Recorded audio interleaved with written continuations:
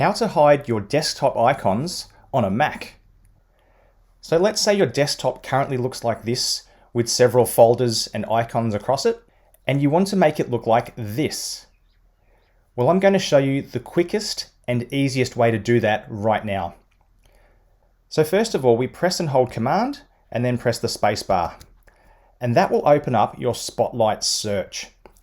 In here, type the word terminal and then press enter. And that opens up our terminal.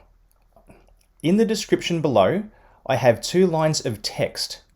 So simply copy the first line of text,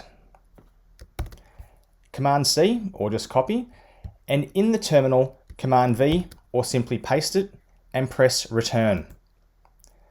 And there we go, the desktop has now been removed of all the icons. But don't worry, we can get them back quite quickly and easily. So with the second piece of text I have below, simply copy that and paste it back in. Command V. And that brings back all of your icons that you had there before. So they never actually do get lost. And that is how to remove desktop icons from a Mac. If this video was helpful, please give us a like and subscribe. Thank you.